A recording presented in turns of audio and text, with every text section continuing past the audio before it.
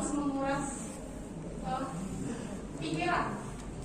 Jadi di sini kita terkait sama perpajakan. Ada yang tahu kenapa kita harus memungut pajak? Pajak itu gunanya apa sih? Ada yang bisa jawab? Pembangunan. Silakan Ibu. Untuk pembangunan. Untuk pembangunan. Ada yang lain? Oke, yang lain? Yuk, nyalakan. Apa gunanya pajak itu? Kegunaan pajak apa? Ada yang bisa jawab? Ini kan dari bendahara ini yang mengelola keuangan Oke, sip. negara, khusus desa.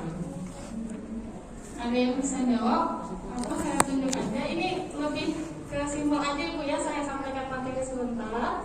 Nanti kita akan ke tanya jawab di aplikasi sebenarnya. Pengaplikasian pajaknya bagaimana? Nanti kita akan jawab di lapangan bagaimana. Sebentar saya akan sampaikan materi, tapi untuk menambahnya, ada yang bisa menjawab pajak itu gunanya apa? Saya tunjuk, Pak.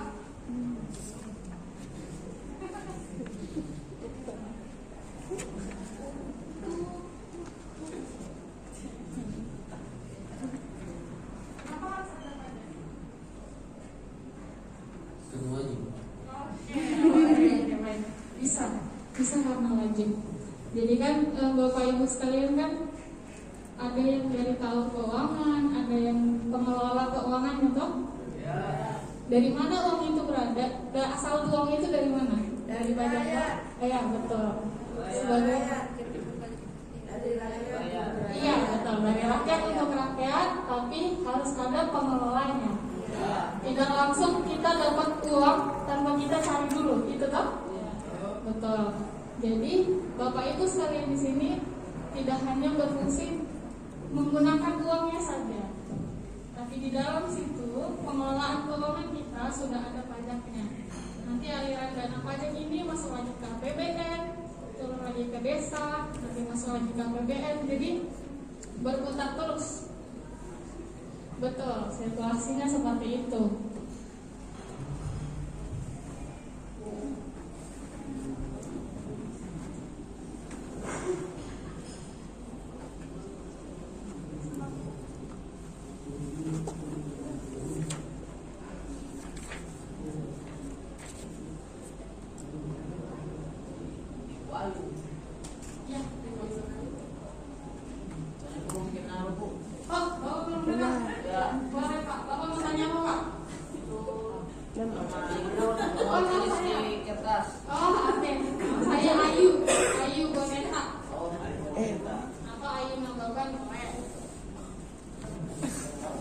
Boneka.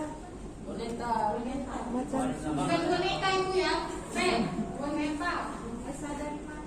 Asalnya. Kalau dari mana kira-kira? Asalnya dari mana? Dari Nabawi.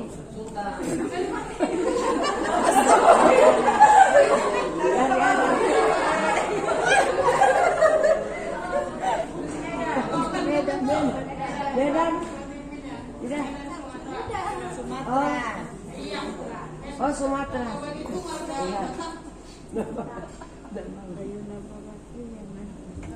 Ini tadi sumber dana itu. Masjid Nabawi. Sumber dana itu asalnya dari APBN. Itu kenapa kita harus ikut mengamankan pajaknya. Bapak Ibu di sini tadi saya sempat ngomong sama Bapak Ibu, tapi di sini tidak ada bendahara ya? Ada. Tahun keuangan. Tahun keuangan itu sudah benar. Tapi ada yang NPWP tuh? Ada. Itu bendahara pengeluaran ini. Daftar itu. Di awal kita sebelum ada NPWP kan kita pasti daftar dulu toh? Daftar dulu ketika kita menggunakan uang itu kita hitung, terus fungsi paling utama adalah potong dan pungut. Bapak Ibu di sini sebagai bendahara terkadang lupa di bagian sininya nih. Daftar, potong dan pungut. Kemudian disetor dan dilaporkan. Jadi dana yang kita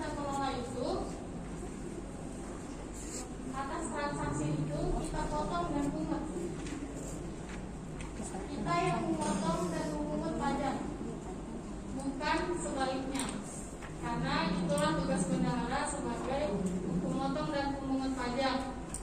Kemudian pajak yang sudah kita potong dan pungut disetorkan dengan cara membuat billing, kemudian disetor dari bank, dari kantor pos dan segala macam. Dan kemudian lapor. Jadi tidak hanya sampai ke penyetoran, tidak hanya sampai ke pembayaran, harus sampai ke pelaporan, harus sampai ke tahap akhirnya, sampai lapor. Jadi kalau misalnya ada transaksi nih, Bapak Ibu sekalian ada punya perusahaan, terus saya bendaharanya, ya. Bapak Ibu bendaharanya toh, saya merupakan perusahaannya. Bapak Ibu membelikan laptop, saya punya laptop nih. Laptopnya Bapak Ibu sekalian beli dari saya. Yang potong dan pungut pajaknya siapa? Bendahara, betul. Jadi tidak menanyakan kepada saya mau dipotong atau tidak, siapa yang mau bayar sendiri atau tidak. Tidak seperti itu ya. Jadi bendahara bertugas untuk memotong dan memungut. Jadi langsung potong, mau melawan transaksi, mau bayar sendiri, tidak bayar sendiri, itu tidak menjadi masalah. Itu adalah tugas bendahara yang untuk mengamankan pajaknya.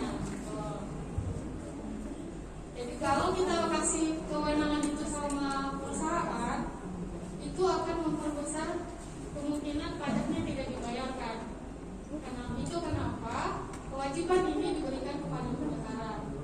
Jadi jangan sampai ketika transaksi, kalau bendahara tanya kepada saya punya PT contohnya, mau bayar sendiri atau kita mau bantu bayar, tidak ada istilah seperti itu.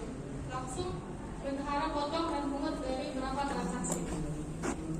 Transaksinya ada pasal 22, ada BPS, ada pasal 23, ada berbagai macam pasal loh. Ada pasal 21 juga. Ada yang paham pasal 21 mengenai apa? Pasal 21 betul. Honor insentif, iya. Betul. Ini karena kita punya sedikit rinciannya teman sebentar lagi Bu ya. Jadi untuk pasal 21 ini terkait sama yang tadi yang biasanya honor, gaji, apalagi itu insentif, iya. Jadi terkait sama penghasilan yang diterima. Kalau misalnya honor, Bapak Ibu biasanya potongnya berapa persen? Atau final atau tidak final?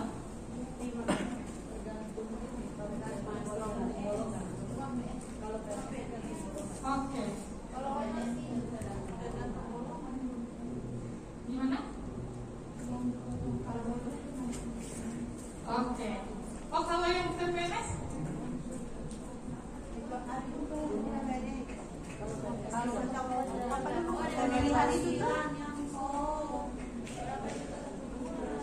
Iya, kalau PNS dan tidak PNS tetap harus dipotong pajak. Honor, betul. 3 dan 4, 1 dan 2 tidak masuk. Nah, nanti jadi kalau misalnya PPh 21 itu seharusnya Bapak Ibu di sini kan sebagai peserta kegiatan juga toh. Nah itu juga masuknya ke PPh 21. Pemotongannya dari BKPD-nya nanti. Tapi tidak sampai hanya disetor, hanya sampai pelaporan. Dan bukti potong ini sangat krusial dan ini sering terlewat oleh bendahara. Jadi contohnya saya contohnya sebagai narasumber di sini. Contohnya saja, ada pembayaran misalnya, dana narasumber kan ada toh? Dana narasumber ini dipotong PPh 21 final. Tapi karena saya PNS,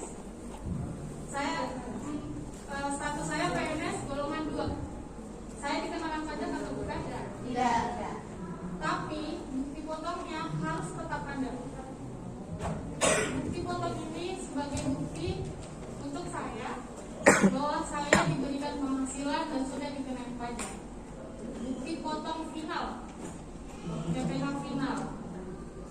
memang persennya hanya 0%, tapi harus ada bukti kepada saya. Itu namanya bukti potong final. Nanti Bapak Ibu juga kalau misalnya ada yang PMS, yang gaji-gaji yang diterima per bulan, nah itu masuknya pasal 21, tapi itu tidak final. Pasal 21 ini nanti yang akan dilaporkan di SPT tahunan Bapak Ibu. Jadi bendahara, siapa yang buat bukti potongnya adalah untuk membuat bukti potong final dan tidak final. Untuk yang final diberikan bukti potongnya per bukti potong kepada pemateri atau yang penerima penghasilan tersebut. Nanti itu akan berfungsi kepada pegawai tersebut untuk melakukan SPT tahunannya. Ini penghitungannya ada juga, kita lewatkan dulu. Kemudian ini yang final, kalau golongan 1, 2 0%, ini untuk yang PNS ya. Golongan 3 5%, golongan 4 15%. Sekarang kita masuk pasal 22. Pasal 22 itu terkait tentang apa? Pembelian, pembayaran, pembelian, penyerahan barang. Persennya 1,5%. Kalau tidak ada NPWP 3%. Sampai di sini paham? Terus pengecualiannya, ada yang sudah tahu minimal 2 juta ini? Tidak ada? Iya.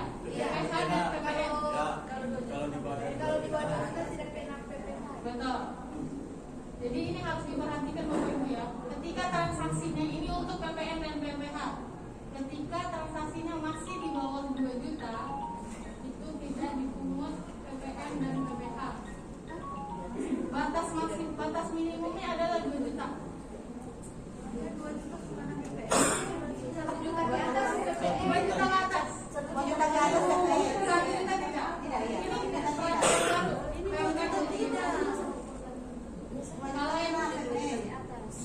Kalau yang sebelumnya 1 juta tahu? Iya. Sekarang 2 juta. Iya.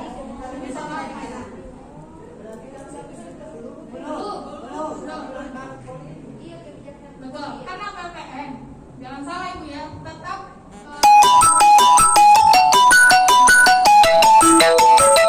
bukan bendahara yang memotong. Bendahara hanya memotong di atas 2 juta. PPN itu tetap dibayar, tapi bayar sendiri sama perusahaannya. Kalau misalnya PKP, jadi tidak melihat ini. Terus kemudian sebenarnya lawan transaksinya PKP. Kemudian bendahara, kemudian kan bayar di atas masih di bawah 2 juta transaksinya. Itu PPN-nya tetap ada, cuman bukan kewajiban bendahara untuk potong. Betul. Itu urusan toko di bawah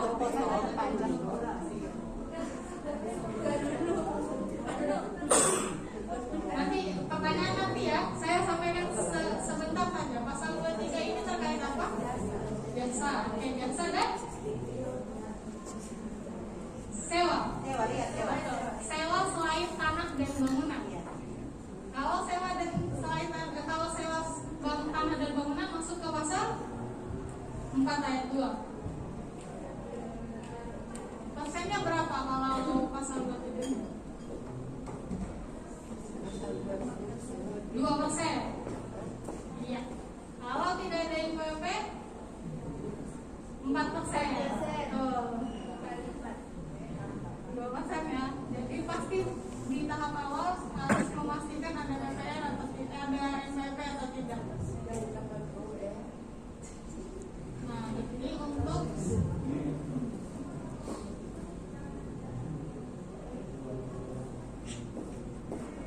kemudian pasal 4 ayat 2 itu terkait sewa tanah dan bangunan. Persennya 10%.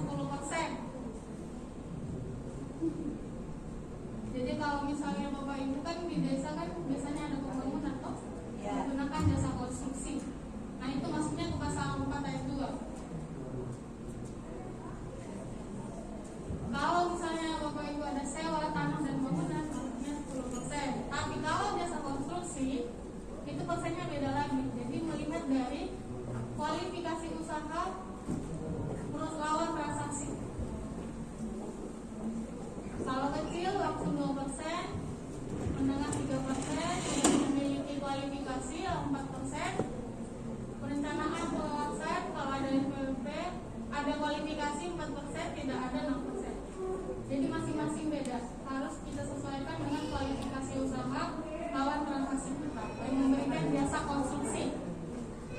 Jadi nggak semuanya langsung kena 2% ya. Kita penggolongannya dari kualifikasi usaha atas jasa konstruksi. Masuknya pasal 4 ayat 2 final. Kemudian PPN. PPN ini berapa persen? PPN berapa persen? 10%.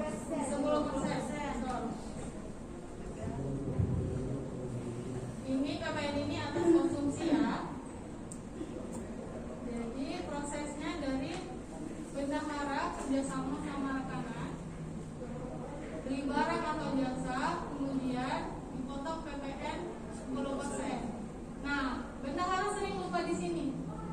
Ada faktur. Faktur ini fungsinya apa? Bapak Ibu tahu faktur? Apakah selama ini kalau transaksi ada pemungutan PPN minta faktur?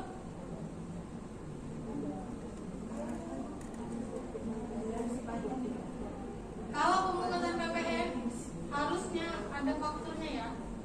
Faktur ini dibuat oleh rekanan. Dan yang berhak membuat faktur ini adalah perusahaan atau orang pribadi yang sudah PKP. PKP ini pengusaha kena pajak. Jadi kalau saya punya perusahaan, saya statusnya belum PKP, saya tidak akan bisa memberikan faktur pajak ini. Tapi kalau saya perusahaan, status saya PKP, saya punya kewajiban, hak dan kewajiban untuk menerbitkan faktur pajak. Poin utamanya adalah pemungutan PPN pasti ada faktur pajak. Ini berjalan beriringan. Jadi ketika transaksi, Bapak Ibu seharusnya ya, ini saya ngomong seharusnya menanyakan kepada lawan transaksi PKP atau tidak, ada NPWP. Hak pertama adalah ada NPWP atau tidak. Kalau ada NPWP kan pengaruh sama persen jatuh.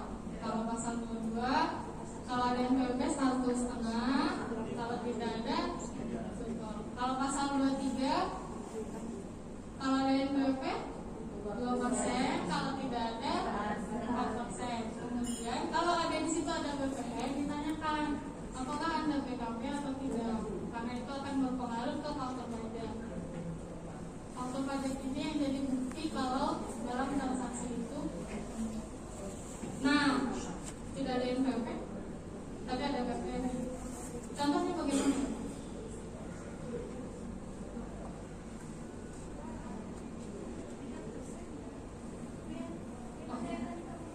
Nanti disusun dulu pertanyaannya ya. Jadi gini, pembuatan fakturnya yang tadi, kemudian kita lanjut aja.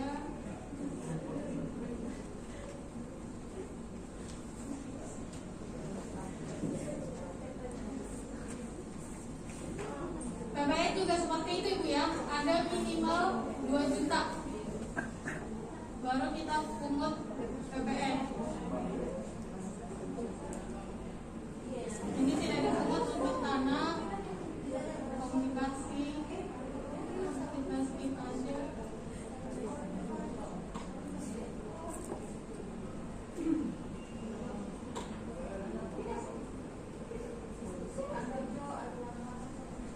Nah, kalau ini masuk ke ini deh, pembuatan milik. Salah satu hal yang kurang dari kadang terlewat dari bendahara ini adalah cara pembuatan milik. Jadi banyak yang salah jadinya, banyak yang salah berarti transaksinya penggolongannya salah toh. Pembuatan milik itu kalau untuk pasal 22 dan PPN kita memasukkan NPWP lawan transaksi, tidak NPWP bendahara ya. Jadi kalau kita bayar pajak untuk pasal 22 dan PPN, nama yang ada di billing itu adalah nama lawan transaksi. Kalau tidak NPWP, iya. Nanti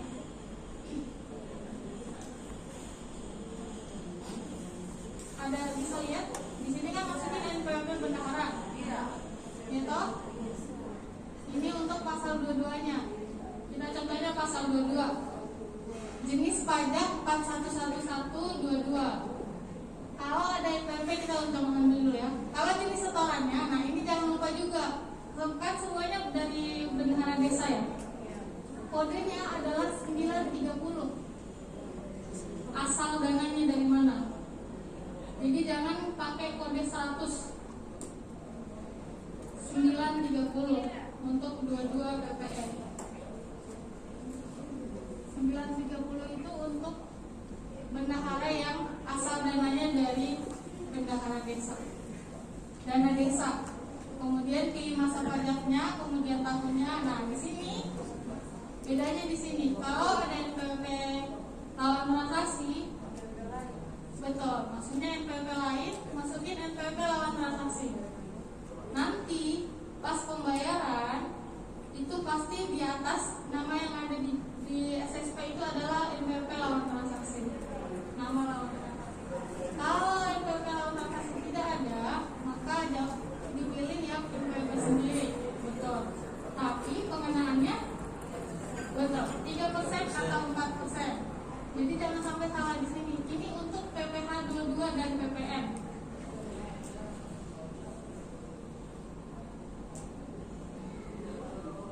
Kemudian Bapak Ibu pernah transaksi sama yang UMKM?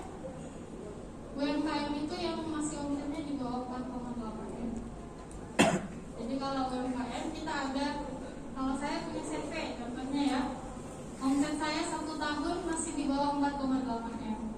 Itu saya masih tergolong adalah UMKM. Konsepnya betul, CV PP tergantung berapa omset. Kalau bendahara transaksi sama saya kan punya kewajiban. Kalau saya sebagai perusahaan yang masih UMKM, saya kewajiban untuk bayar PPh final 0,5% setiap bulan. Persennya 0,5. Itu masuk ke PP 23 nanti. Kalau saya transaksi sama bendahara, kalau saya contohnya CV Ibu ya, CV terus Ibu bendaharanya, Ibu beli laptop dari saya. Berapa apa aja yang Ibu potong dan berapa? Contohnya harga laptopnya 5 juta. Pasal berapa yang Ibu potong? Biasanya saja. Ini bendahara yang mana? Oke, baik. Mana sih Ibu tadi ini? Kalau saya contohnya perusahaan, tapi masih tergolong UMKM, omset di bawah 4,8 M. Ibu beli laptop dari saya, harganya 5 juta. Pajak apa yang Ibu potong dari saya? Pasal 22, berapa persen? Terus 1,5%, terus oke, baik. Ini untuk transaksi yang sama UMKM ini lebih unik sebenarnya. Jadi kalau saya omsetnya di bawah 4,8 M 1 tahun, saya kan pastinya 0,5%. Ya toh? Jadi kalau saya dipotong atas penghasilan itu ya, ini pajak penghasilan. Kalau saya dipotong bendahara 1,5%, berarti saya kelebihan kan pembayarannya. Seharusnya saya hanya dipotong 0,5% karena kewajiban saya hanya 0,5%. Tapi di sisi lain bendahara pasalnya adalah 1,5% untuk pasal 22. Ya toh? Nah, gimana kita bisa menentukan itu sebenarnya kita potong 0,5% atau 100%? Jadi kalau saya UMKM, buktinya adalah saya harus bawa surat keterangan PP 23. Sepanjang saya tidak menunjukkan surat keterangan PP 23, maka Bapak Ibu boleh memungut 1,5%. Tapi kalau saya tunjukkan surat keterangan PP 23, betul 0,5. Kodenya berbeda nih. Kodenya bukan 411122. Tapi kita mengikuti kode saya sebagai perusahaan. Saya sebagai perusahaan UMKM. Maksudnya ke final. Yang dipotong oleh bendahara 411128.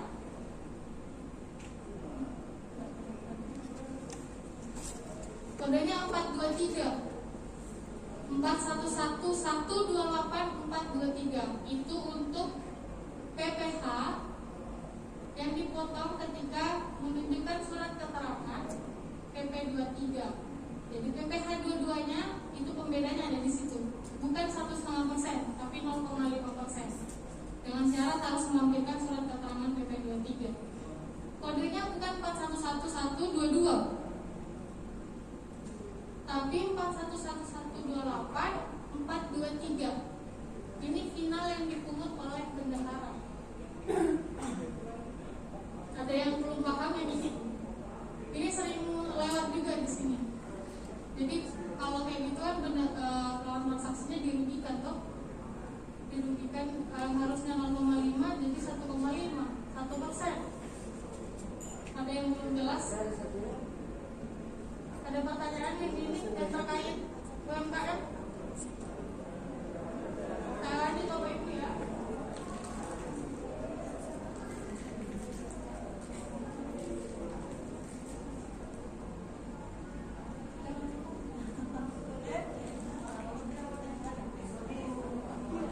Apa yang bingung? Silakan. Ini kita masih ada waktunya. Selama dalam tidak memberikan itu ini tetap 1,5 ini.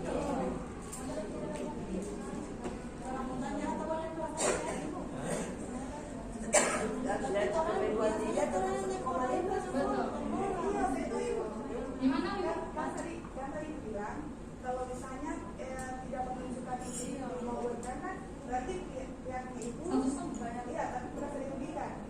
Tapi kan selama ini kalau transaksi memang benar atas pajak atas nama lawan transaksi tapi yang tadi mengeluarkan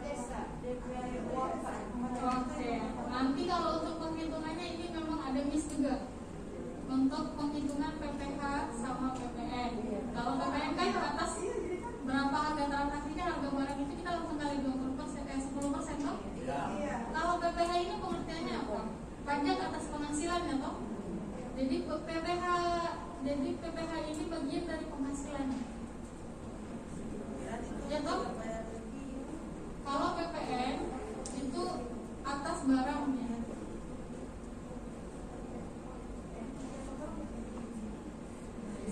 Nanti kita jawab ya. Yang terakhir, satu lagi. Ini slide terakhir. Ini hanya untuk instansi pemerintah. Jadi tidak sampai dipotong dipungut, harus disetor. Penyetorannya maksimal ini tanggal 10 bulan berikutnya. Lapornya tak maksimal, ini maksimal itu ya Bapak Ibu, maksimal. Jadi jangan sampai lewat 10. Semua ada sanksinya, ada dendanya.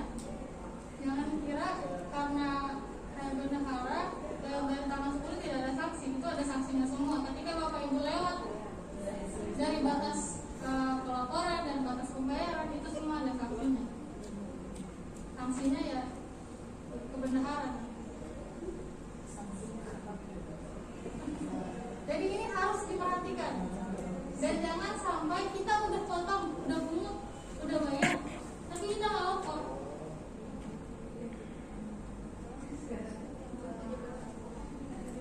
Betul, setiap bulan. Nah itu banyak yang belum pernah lapor, kan? Ada yang sudah tahu cara pelaporan? Iya, sudah pernah lapor? Belum. Ada yang sudah pernah lapor? Belum. Nah ini lewat di sini. Lapor maksimal tanggal 20 setelah masa pajak berakhir. Masa itu bulan. Jadi contohnya transaksi sama saya tadi kan saya punya usaha toh. Saya Bapak Ibu beli laptop dan saya. Transaksinya bulan ini. Harus disetor maksimal tanggal 10 bulan depan.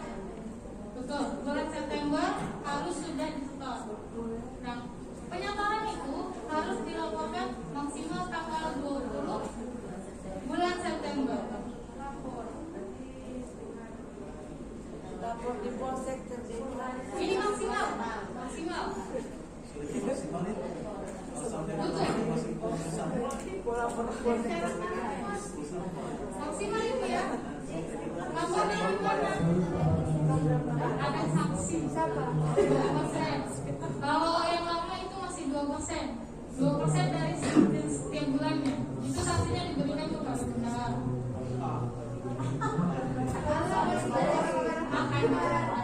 Jangan sampai lapor lagi itu toh.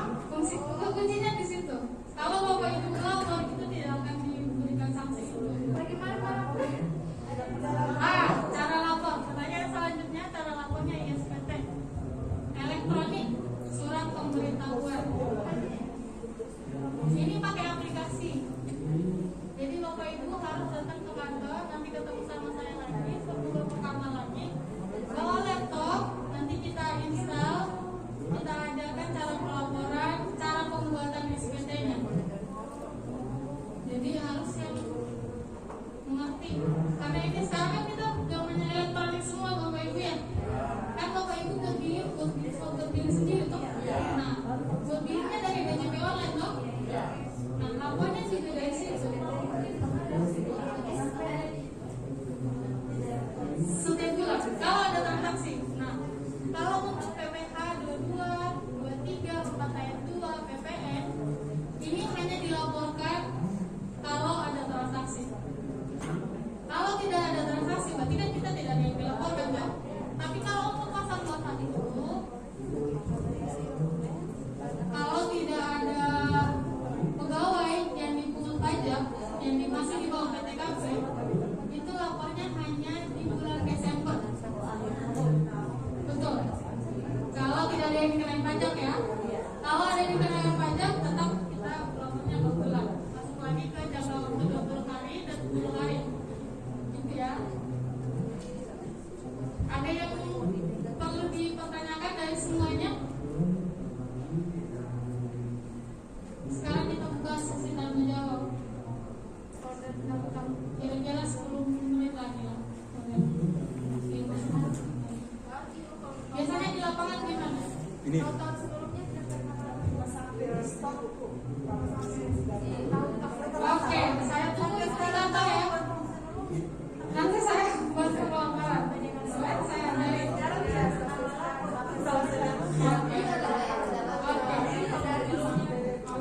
Oke. Yang belum pernah lapor, belum paham lapornya gimana, nanti datang ke kantor pajak, ketemu nanti sama saya Pak Kamal, nanti bagiannya flash. Bawa laptop, iya, betul. Bawa laptop, ingat bawa laptop yang oke. Jadi laptopnya kalau pakai susah, nanti kita bisa seharian di sana karena harus menginstal. Bapak Ibu kan ada transaksi 21, 22, 23, 42, ini masing-masing punya aplikasi. Jadi kita harus install masing-masing. Betul. Ada PPN juga, PPN juga. Iya ada PPN juga, kita lapor PPN. Ada aplikasinya. Jadi datang ke laptop yang bisa paham cara menggunakan elektronik. Nanti kita ajarkan di sana. Bawa contohnya datang bulan depan contohnya ya. Bawa transaksi yang bisa kita langsung bisa input, bisa laporkan. Jadi bawa transaksi bulan 8. Iya, ada simulasinya. Kan nanti saya minta nomor ini aja deh. Boleh aja tahu nih. Kalau tidak melapor, Harusnya tidak boleh. Tapi ya sudah.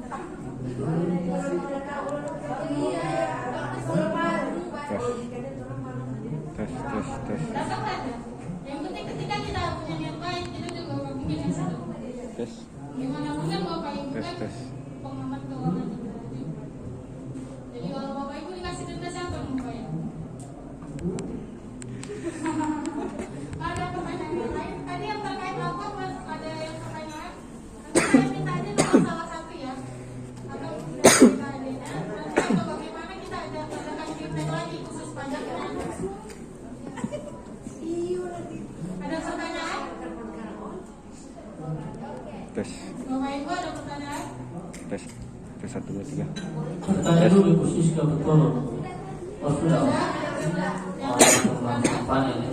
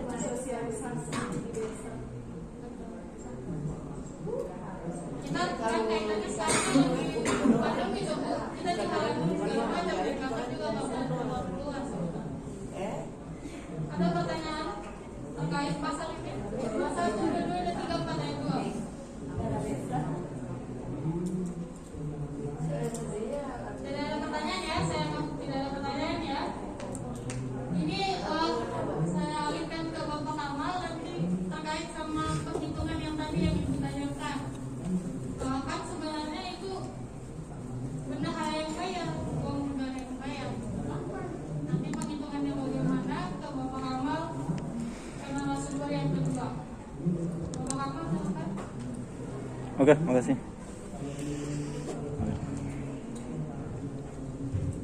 Cek. Tes.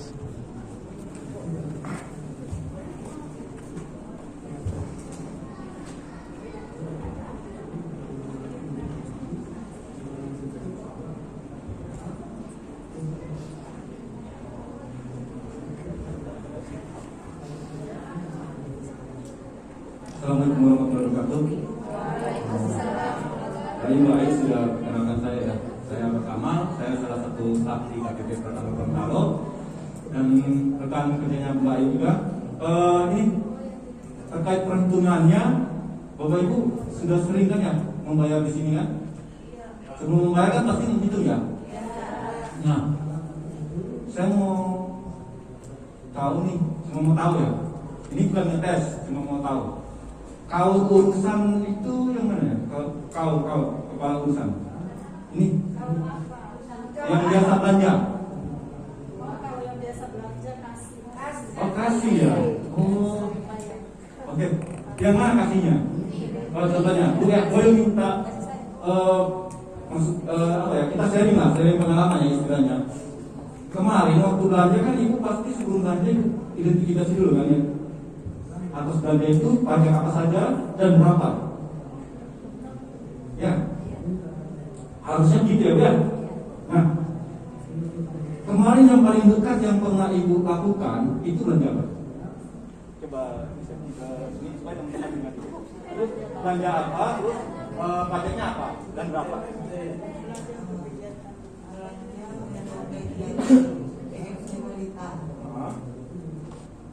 Jadi yang kena pajak itu yang dipotong pajak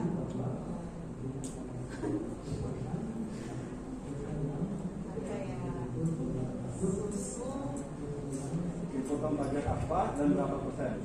Terserah ibu mau jawab. Kita nggak mau, saya bukan menguji, ini cuma kita sharing. Dipotong pajak berapa dan pajak apa saja? Kalau yang anggaran 2 juta jadi kalau anggaran yang 2 juta itu atas berarti untuk BPN Oke, berapa persen? 11,5 ya. Terima kasih Bu ya. Terima kasih. Ada yang sering begitu nggak? Kalau belanja barang di atas 2 juta langsung potong 11,5 atau 13%? Sering ya? Nah, saya mau kasih contoh nih. Misalnya nih, ini contoh tapi yang sering terjadi ya. Kalau Bapak Ibu belanja misalnya barang nih 3.300.000. 3 juta lah ya. Saya ikut ya. Ibu punya mau ya. 3 juta. Terus tokonya maunya terima 3 juta. Tokonya nggak mau kurang berapapun. Tokonya ada NPWP. Berarti pajak apa saja yang dipotong dan berapa? Dari 3 juta itu. PPN dan BPA. Oke, berapa persen? Jadi PPH-nya berapa? Nah, PPH-nya berapa rupiah?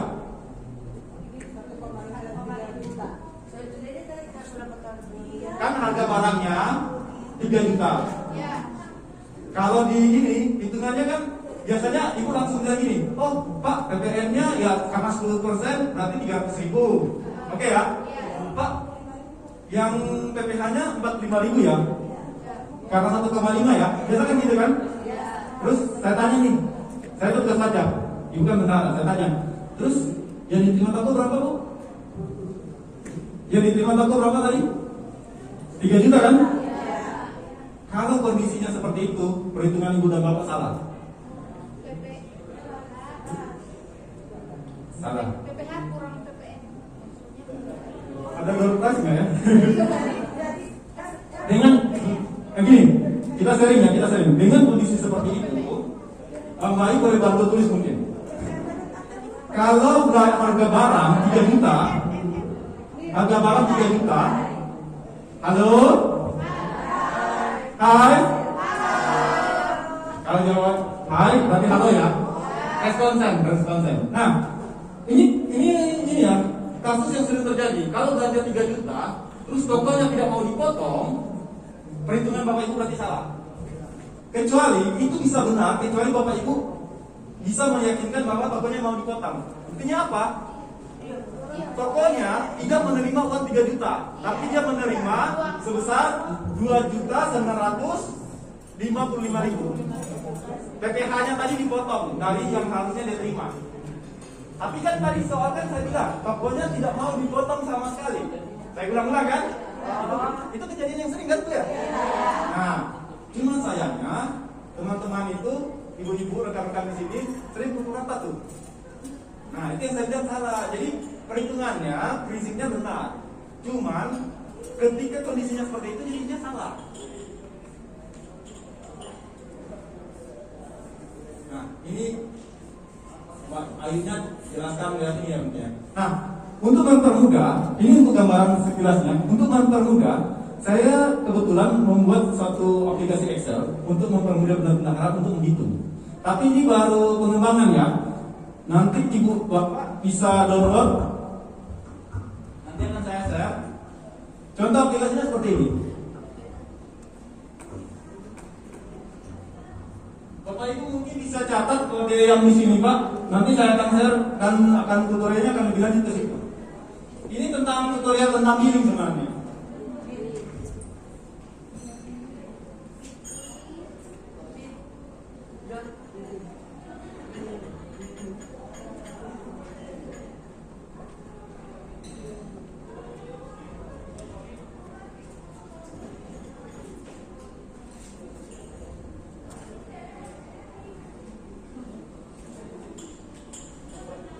Ini maaf ya agak lama mungkin karena pengaruh apa nih office-nya yang di laptop itu agak lambat bukannya atau malah nggak didukung.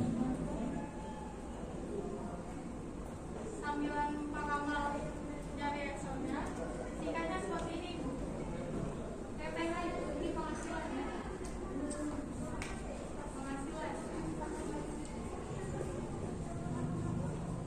Penghasilan itu berapa transaksinya? Penghasilan itu berapa transaksinya? Anggap ini penghasilan. PPN itu kita kenakan dari berapa penghasilannya. Jadi ini dianggap DPP, dasar pengenaan pajak. Kalau PPh itu kan pajak penghasilan. Kalau PPN pajak pertambahan bulan. Itu dikenakan, jadi dua hal yang berbeda. Penghasilan PPN itu bukan bagian dari penghasilan, bukan dari bagian dari harga barang. Kalau PPh itu karena kita kenakan atas penghasilannya. Jadi logikanya PPh itu kita ambil dari penghasilan.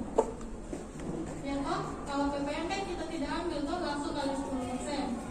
Ketika kita ngomongin PPh dalam artian ketika saya mau dipungut PPN, penghasilan saya berkurang toh, karena ada PPh 1,5% atau 2%. Itu kita ambil dari sini PPh.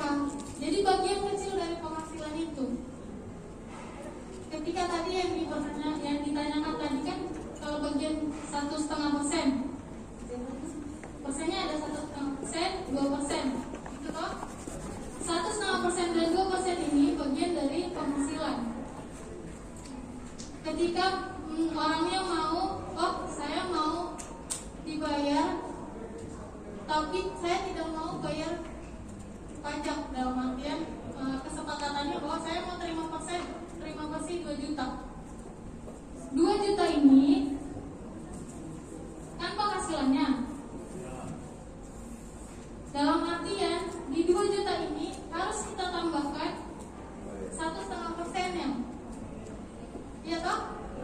Karena 1,5% ini bagian dari penghasilannya.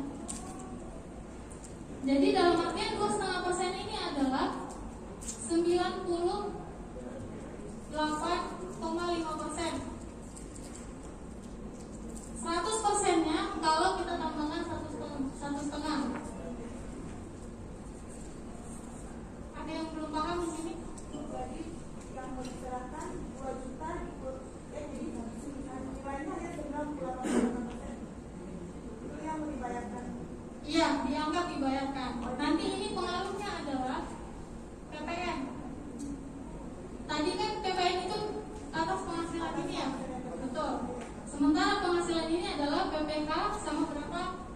terima. Kalau kasusnya seperti ini, PPN-nya dasarnya bukan dari 2 juta. Jadi tinggal nilai dari 98,5 tersebut. Tidak. 9,85 ini adalah jutanya. Jadi PPN-nya itu ibu tinggal menghitung dari potongan nilai yang bukan 2 juta, dia tinggal iya 1,5 tersebut. Enggak. Tadi kalau misalnya saya mau terima bersih 2 juta. Betul, harus tambah. Nah, harus tambah toh? Kalau ditambah, gimana ibu? Nanti mungkin kalau untuk saat ini ya, Bapak Ibu mungkin masih bingung dengan prinsipnya, ya. Intinya ini. Jadi penghasilan itu kan 1,5 tambah berapa dia terima, ya toh? PPN-nya dasarnya dari 2 juta kan dia terima berapa? Ini kan 2 juta ini masih 9,5%. Jadi harus kita tambahkan 1,5% lagi. PPN-nya dari 2 juta ditambah 1,5, 10% dari totalnya ini. Jadi tidak dari 2 juta langsung dikali 10%. Nanti udah ada aplikasinya itu dari pertama yang buat, nanti Bapak Ibu tinggal masukin aja. Kita simulasi tadi ya. Nah, ini yang saya sampaikan tadi. Kita contohnya katakan ini 3 juta ya. Belanja tadi 3 juta untuk Bapak Ibu ya. Jadi aplikasi ini punya 2 fungsi. Fungsi pertama adalah forecasting atau peramalan dari total anggarannya Bapak Ibu, berapa yang Bapak Ibu bisa belanjakan. Nah, fungsi kedua adalah menghitung pajak itu sendiri setiap belanja. Ini fungsi yang keduanya ya. Misalnya Bapak Ibu belanja nilai transaksinya 3 juta ya. Nah, itu Bapak Ibu tinggal menjawab nih. Ini belanja apa? Belanja barang kan tadi ya? Barang, oke. Kemudian dia kemana? Ke toko atau ke orang pribadi? Ke toko ya? Jadi kita anggap badan. Tokonya ada NPWP atau tidak? Ada. Oke, jawabannya ada. Nah, 3 juta itu termasuk PPN dengan PPH tidak? Di soal tadi tidak kan? Nah, kalau misalnya tidak, berarti Ibu dan Bapak jawab isi ini sesuai isi. Tidak, ini juga tidak. Kemudian dia dana bos atau tidak, bukan kan? Ini ada SK-nya tidak? Tidak ada ya? Dia akan jadi seperti ini. Jadi settingan yang di bawah ini, 3 di bawah ini, Bapak dan Ibu jarang pakai. Cuma kenapa di kalkulatornya tetap saya sertakan karena ini untuk bendahara pemerintah pada umumnya. Bapak dan Ibu kalau mau input itu tinggal buat yang ini, sesuaikan ini. Tinggal kolom berapa kolom itu? Tinggal 6 kolom yang Bapak Ibu isi. Jadi nilai transaksinya diisi berapa? 3 juta. Kemudian yang tadi contoh itu, kalau misalnya tokonya mau dipotong, seperti ini toko termasuk PPH, berarti tokonya mau dipotong, itu akan seperti ini perhitungannya. Yang tadi benar kan saya bilang kan, kondisinya kalau tokonya mau dipotong. Nah, makanya yang diterima di toko adalah sebesar apa? 2.955. Itu benar. Tapi kalau soal tadi adalah toko tidak mau dipotong sama sekali. Artinya yang di sini harusnya 3 juta kan? Berarti jawabannya tidak. Nah, kalau tidak, maka PPH-nya jadi berbeda, bukan 45.000 pas, tapi dia akan seperti ini. Dan PPN-nya juga akan jadi 304.500. Dan yang kita itu berapa? 3 juta. Jadi total anggarannya Ibu bukan 3.345, tapi 3.350. Kalau soal tadi kan Ibu jawab kan, oh potongnya 45, ke tokonya 3 juta, baru PPN-nya 300. Jadi total anggaran 3.345 kan? Nah, perhitungan yang sebenarnya itu seperti ini. Jadi totalnya harusnya 3.350. Ini saya buat kenapa? Karena teman-teman bendahara masih banyak yang istilahnya orang Madura bilang acolo di situ. Jadi mereka yang nggak salah, mereka menghitungnya benar. Cuman kondisi antara teori dengan prakteknya kan beda. Prakteknya tidak semua toko mau loh dipotong. Saya pernah jadi bendahara di kantor pajak. Saya punya pengalaman unik. Saya pernah belanja dan saya tanya nih, Pak, ada fotokopi NPWP-nya tidak? Diusir saya. Langsung dibilang, kalau tanya NPWP Pak, nggak usah beli di sini. Sedangkan barang yang kita butuhkan hanya di toko situ. Waktu itu saya ditoli-toli. Dan akhirnya ya mau tidak mau, saya belanja, saya bayar pakai NPWP bendahara. Kalau misalnya di toko itu cuma pakai NPWP pribadi, maksudnya namanya itu cuma orang pribadi. Oke, nggak masalah. Ya, nggak masalah. Karena di belanja barang, kalau dia pakai NPWP pribadi pun,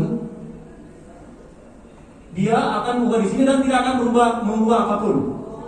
Oke, sama. Karena prinsipnya memang gitu.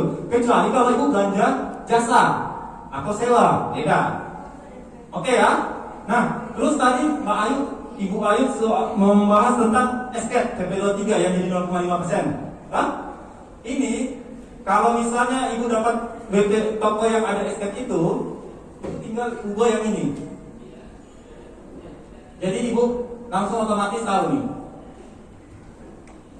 Langsung munculkan di sini bukan lagi PPH 22 tapi langsung PPH final. Kemudian kode dirinya sama kan dengan yang Mbak Ayu terangkan tadi 41128. Kan beda dengan yang kalau tidak ada. Ibu lihat ya, ada perubahan kan? Ini kan berbeda. Jadi PPH pasal 22 dan 41122 beda. Oke? Itu kalkulator untuk bendahara. Ini nanti insya Allah seminggu mungkin saya launching nanti. Tadi kan ada linknya. Nanti ibu bapak subscribe aja itu. Nanti saya share di situ linknya. Ya. Siapa tahu ada ini nanti petunjuk penggunaannya akan lebih jelas di situ juga. Ya. Ada pertanyaan enggak soal pemotongan? Kalau kalkulator insya Allah gampang dan mempermudah ibu. Ibu rasa mudah enggak kalau pakai kalkulator ini? Nah, capek-capek dan enggak salah itu kan? Ya. Sebenarnya di bagian sana itu ada saya kasih fitur pembulatan. Ada yang warna hijau ini pembulatan. Tapi nanti ibu bapak ibu nanti praktek langsung lah apa fungsinya.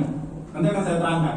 Mungkin sekian ya karena sudah moderator sudah ini ya. Ada pertanyaan enggak sebelum saya tutup?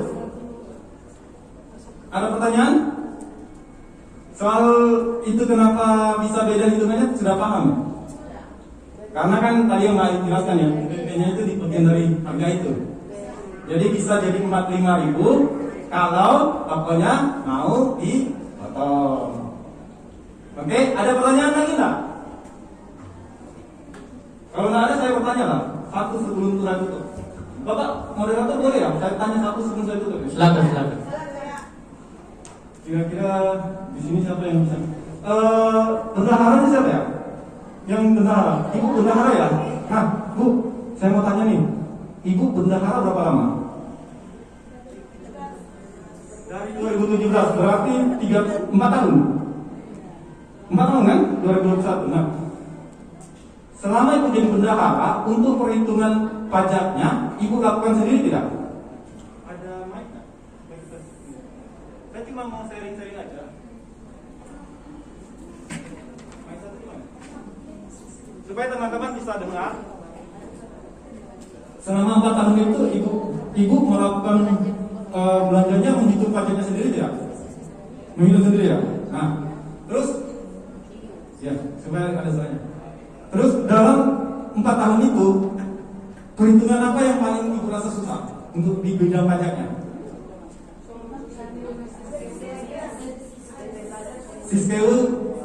Siskeudes itu setahu saya dia aplikasi tapi untuk tarifnya harus diinput kan? Ya kan? Nah, ya. Nah, kan Bapak itu harus datang ke saya nunggu setnya kan? Nah, karena saya sudah pernah ini untuk perhitungan pajaknya sendiri yang saya tanya. Jadi saya tidak tanya tentang Siskeudes karena kan ketika ibu menggunakan aplikasi Siskeudes itu ibu harus paham dulu benar nggak yang muncul itu. Jangan sampai udah diganti. Hah? Gimana? Iya, untuk perhitungan pajaknya apa yang paling sulit selama 4 tahun? Gak ada ya, mudah ya kali ya. Oh yang oh oke. Nah,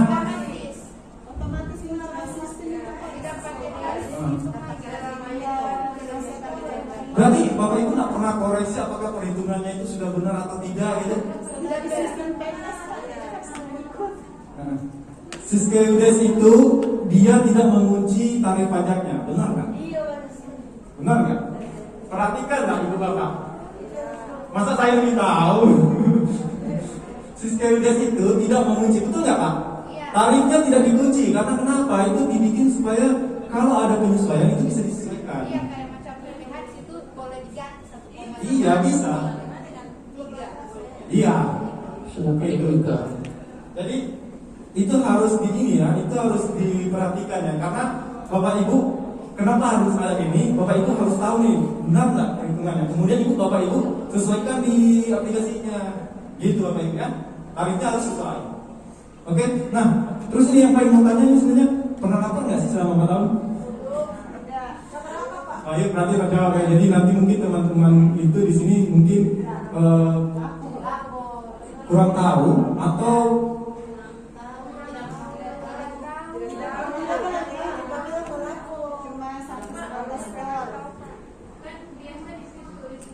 pakai mic. DP potongan itu kan koma, memang yang di Siskeudes itu hitungannya 10%-nya itu 10 bahagi 110. Iya. Memang. Iya. Yang saya mau tanya itu kan biasa kan bayar per koma. Iya. Apa itu pembulatan itu bisa maksudnya? Nah, gini ibu, bapak ya. Kenapa saya pakai pembulatan? Prinsipnya gini, bapak ibu kalau misalnya kayak ya sudah mati ya. Misalnya ada 3 juta, misalnya maaf ya Bu.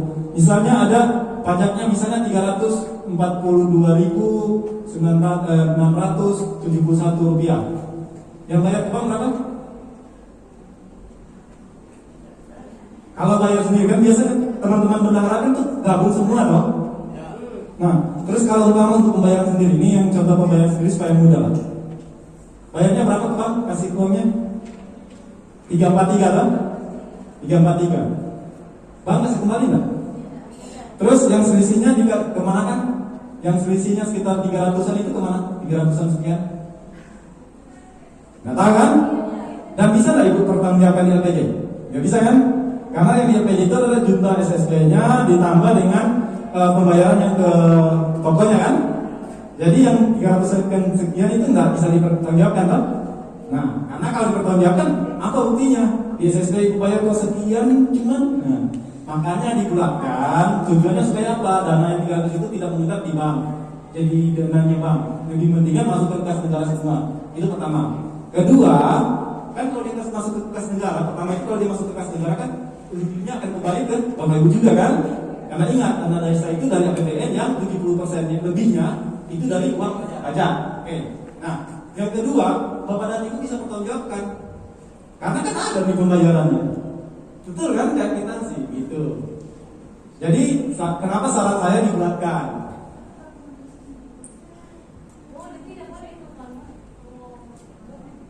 Boleh dirubah. Siskeudes itu masih bisa. Hah? Iya bisa. Jadi bisa diselesaikan. Ya, masuk nggak? Setuju nggak kalau dengan dua cara tadi yang dengan pembuatan itu? Masuk ya kan?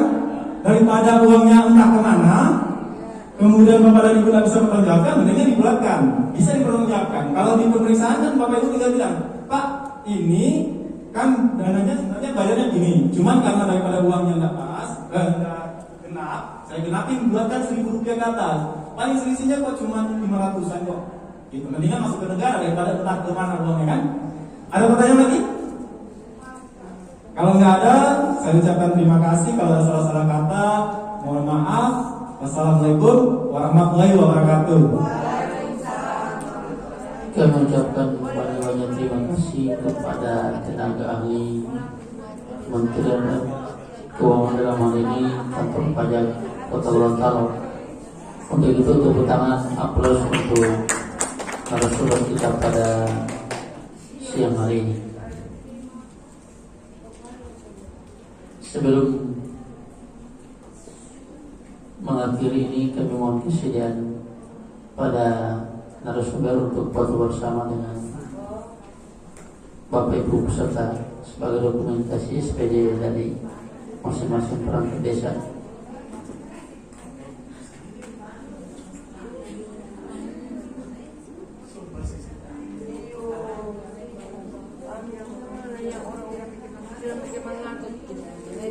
Buana dulu, dua, desa dua. Foto bersama dengan perwakilan narasumber. Mengundang Sudi Azhar Desa Buana dan narasumber mohon izin untuk melakukan foto bersama dengan peserta pembina teknis pada pagi hari ini.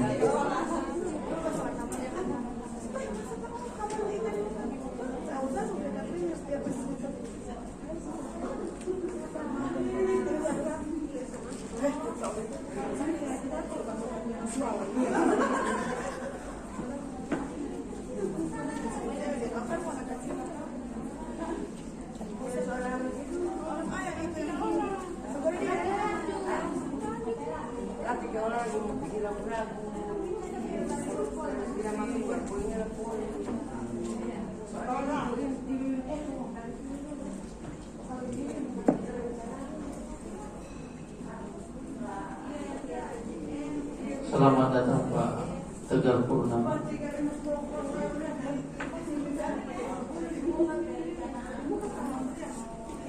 Desa-desa yang lengkap, maju saja. Desa yang lengkap, yang sudah lengkap maju saja.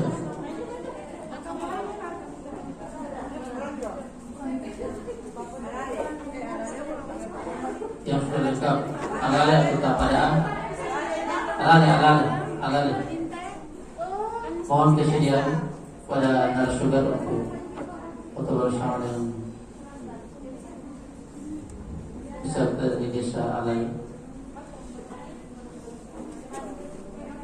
Dengan tetap mengedepankan protokol kesehatan, menggunakan masker. Di sini Pak Kamal Bu Ayu.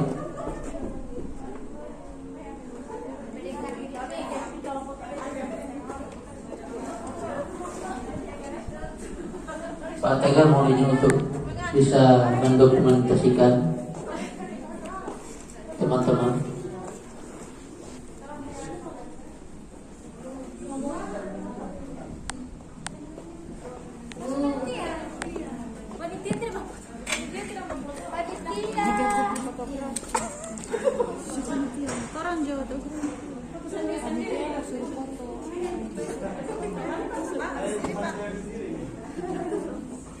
Siapa yang tepat loh, Bes?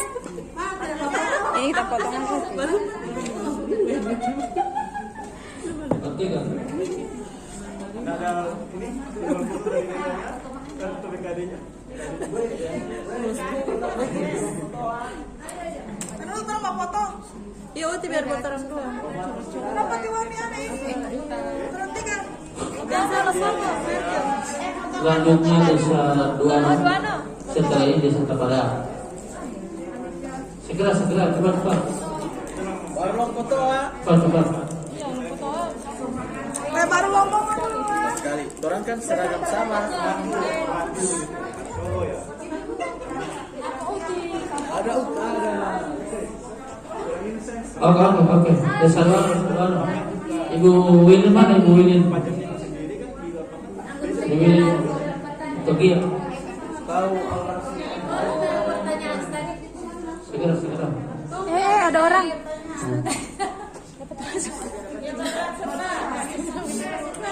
Untuk pakai masker.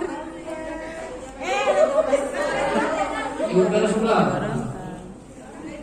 Nah, ini Tapada.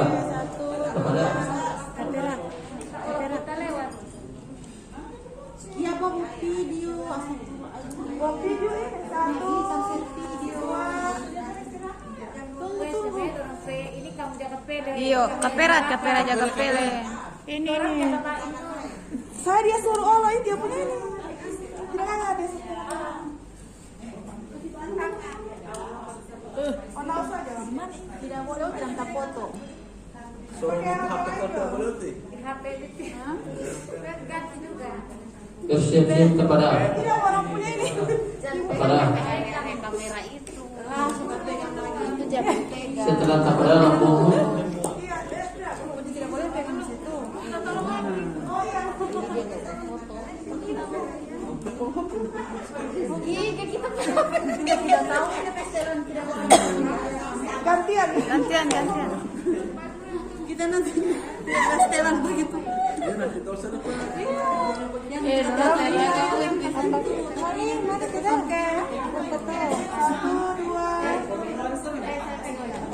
Satu kali ya. Bisa tangan. Pera, apa kita pera foto tadi? Tidak pakai lubang. Oke, rombongan. Oh ibu ini. Gerak. Mana itu? Kasih ini. Ibu Vera Alain SE CS. Mandi saya. Kapen. Selamat dulu. Akhir itu. Iya, sudah pakai poli ya. Rombongan.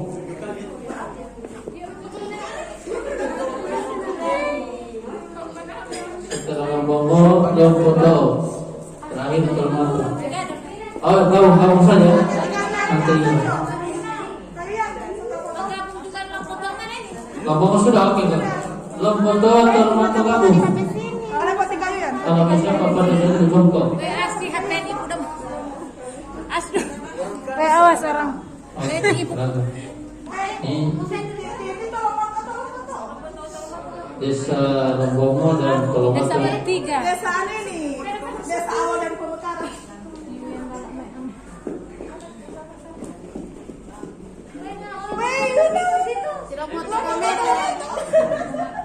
Kita pasang panitia. Tiwian penak masuk. Tidak pas di kamera yang gode-gode. Satu, dua, tunggu. Belum. Ada udah lagi. Tiga. Dua. Foto bersama. Oke. Terima kasih ya Pak. Kita mau panggil panitia. Terunggunya sampai bersama tadi. Ini. Ikan. Ucapan terima kasih kami kepada narasumber kita pada siang hari ini. Mudah-mudahan apa yang menjadi hasil penyampaian tadi, kesimpulannya bisa kita implementasikan dalam tupoksi kita, tugas pokok kita sehari-hari, khususnya tahun perencanaan kebenaran desa. Insyaallah. Sekali lagi kita mengucapkan banyak terima kasih kepada narasumber. Assalamualaikum warahmatullahi wabarakatuh. Pak Tegar. Mengakui kapan di Selanjutnya, 21 sama ini aja aku baru ingat pas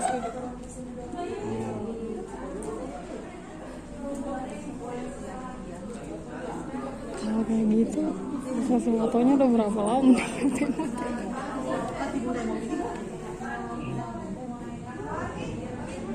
Jadi mohon perhatian kepada peserta bahwa tidak ada lagi start, langsung kita lanjutkan ya ke pemateri yang ke-8. Narasumber sudah berada di ruangan ini.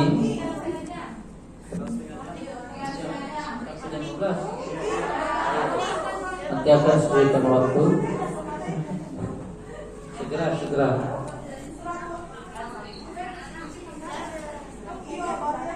Jadi berhubung narasumber yang akan memberikan materi pada pagi hari ini telah berada di ruangan ini, mohon kerjasama dari teman-teman sekalian untuk masuk ke ruangan. Dan Pak tenaga ahli Pemberdayaan Masyarakat Kabupaten Berlampung ya, kami sebut Pak Amin Abdullah. Selamat datang Pak Amin Abdullah. Dia sudah. Untuk memberikan materinya pada siang hari ini.